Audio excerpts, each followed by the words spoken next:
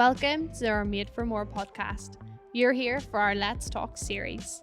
This is where we get in a lot of different people and hear about their journeys and what it's been like for them with mental ill health.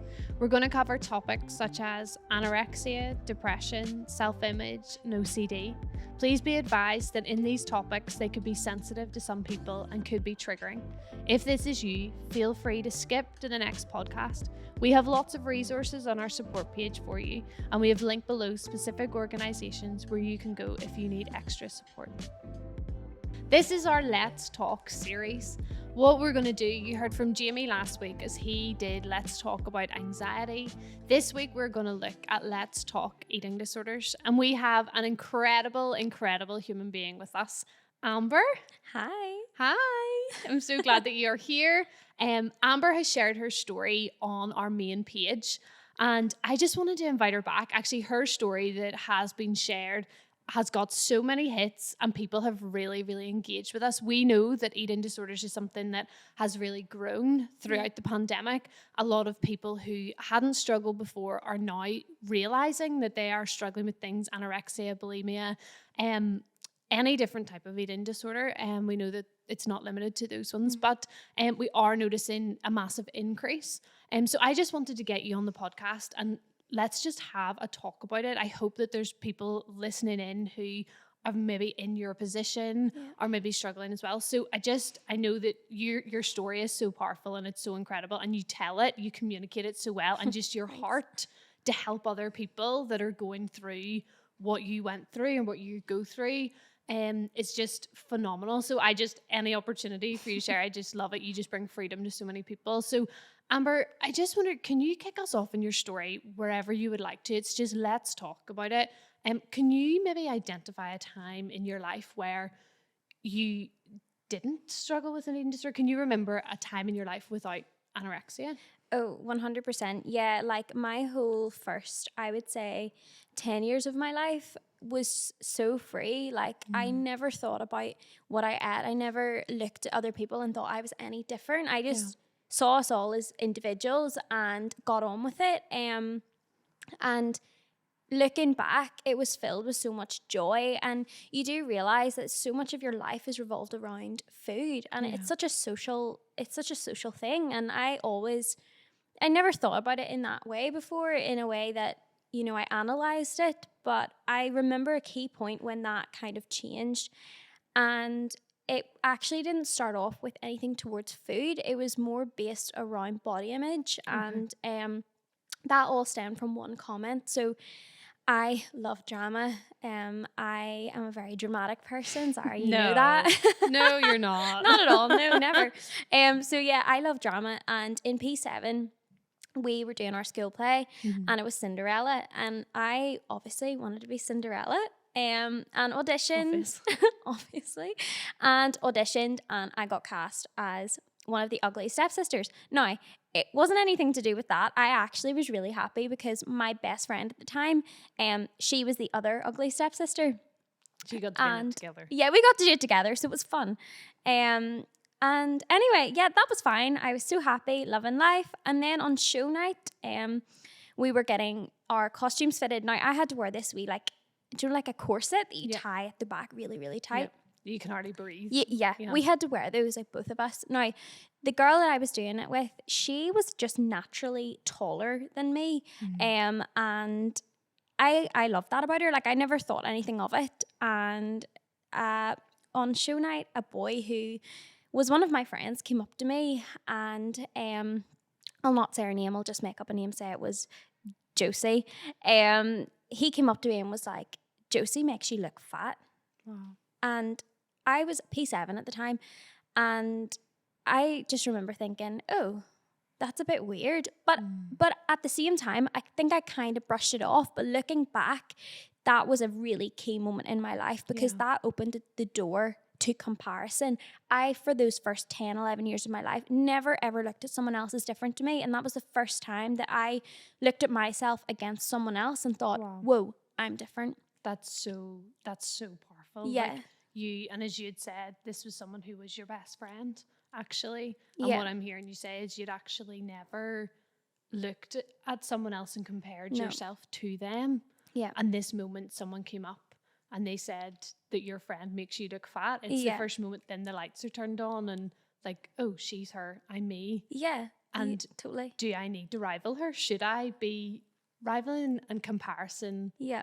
enters your life? Yeah. So that one comment, I believe, was one of the key factors in the development of my eating disorder. And Wow.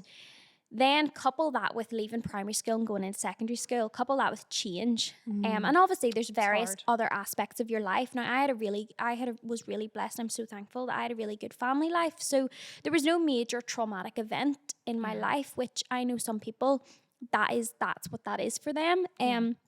But for me, going to secondary school, again, I kind of carried that feeling of, oh, I'm a wee bit different Yeah. in with me. And I remember really struggling with comments being made about my height. Now, I'm 5 foot. Well, I say I'm 5 foot. It could be slightly under, but we'll just say that I'm 5. With the you're 5 platform foot. Converse, yeah, I'm 5 foot. And that's something I love about myself. But at the time, I was getting comments like horrible names. I don't even want to say it because they were just awful, and telling me, if all else fails in my life, I could go and play one of the 7 dwarfs in Disney. And like things like that is just awful. Like, you don't joke about Kids are that. so horrible. So mean. And so there was that, and I really struggled with that. That was constant every single day. And also about my weight as well. It wasn't so much not as much as height, but that was a factor. And then you're introduced to home economics and the eat well plate. And I'm a very black or white sort of thinker. So it's either one way or it's a not. There's no real in between. So if someone tells me something, most of the time I'll just take that as a truth. So hearing that, there's good foods and bad foods, that stuck in my brain. Wow.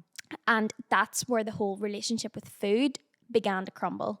So you have the comparison and the body image element, and then I had this, oh, you need to eat lots of fruit and veg and only have a tiny little bit of chocolate or a tiny little bit of whatever these bad foods are. But because of the way that my brain functions and works, I like compartmentalized that and thought, okay, this is the bad food section, this is the good food section. I can't touch that. And I remember one key moment where I decided to cut down on what I was eating. Now, I was the type of... near it. So I was old for my age, so I was 12, and I was the child that got their selection box and ate it all in one go. Like, I had such a sweet tooth, as most people do. Yeah. Exactly. Most adults. Yeah. Everyone who gets You get an selection Easter box. egg and eat the whole thing. Like, it's great. And I remember after hearing that lesson about the eat well plate, and it kept going on and on and on, and then getting bullied for looking different, I thought there is some ideal that these people that are around me are creating, and I'm not meeting that mark. So there has to be something that I can do. So I took you're not thin enough, you're tiny, and that also the HE, there's bad foods. And I thought, oh, put that together. And that's where the eating disorder started. Wow, so you can really pinpoint a time Yeah. that, and actually your teacher probably stood there because it is on the syllabus. Yeah. Bad foods, I actually hate that term. Yeah, me too. It's extremely unhelpful, but you can see how the teacher is trying to say, these are the healthier foods. These are the foods not to have every day. Yeah. But actually you were on this journey of, okay, I'm trying to fit in here. Actually, I'm comparing myself.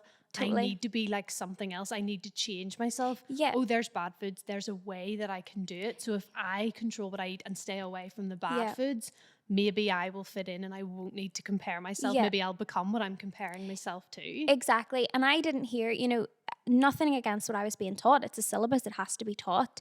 Like, I'm training to be a teacher and you have to teach children to eat healthy break, all of that. They are all really good things. It's language, isn't it? But I wasn't hearing the, in moderation, or I wasn't hearing that. I just heard good and bad and was like, great, here we go.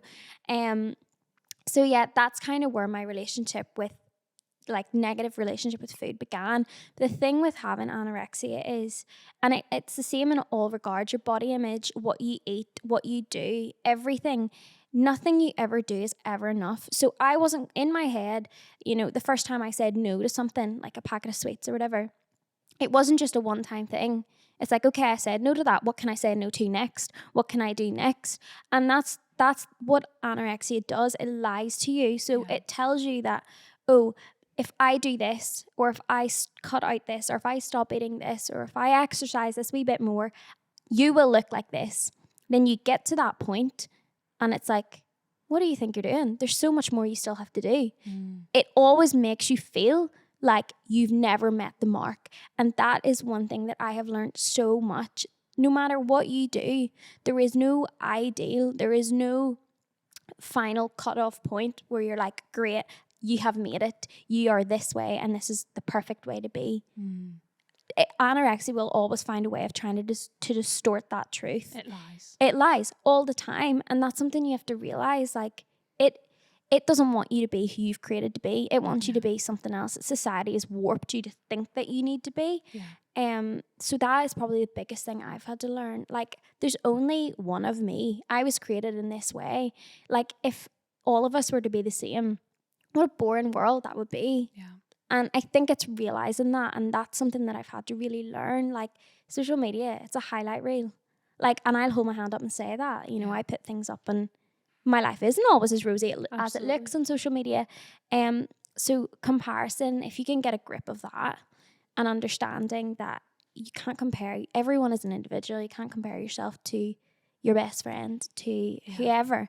So yeah, very much centered around comparison and control as well. But I could talk on and on and on. You know me. I know. And I would want you. I'm like captivated by your story. And I thank you for your honesty and your vulnerability in sharing all of that, because I know that that will bring freedom to so many people. And actually you can trace that right back.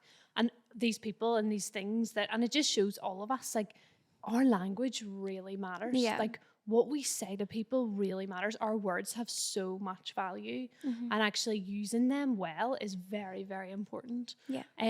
But I think one of the main things that is the comparison, the trap that we all fall into, and also the fact that anorexia, as you identified, really, really lies. Anorexia actually lies to us. So that is our part 1 over with Amber, but actually we're going to do a part 2 with Amber. So we've identified that comparison, where she began, that is where her eating disorder began, with that thought of comparison, and just her revelation that anorexia actually lies to us.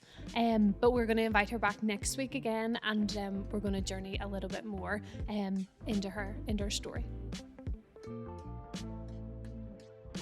Thanks for tuning in to our Made for More podcast on our Let's Talk series. We hope you enjoyed today, and we hope you got a lot out of it. Please let us know what you think. We love hearing from you.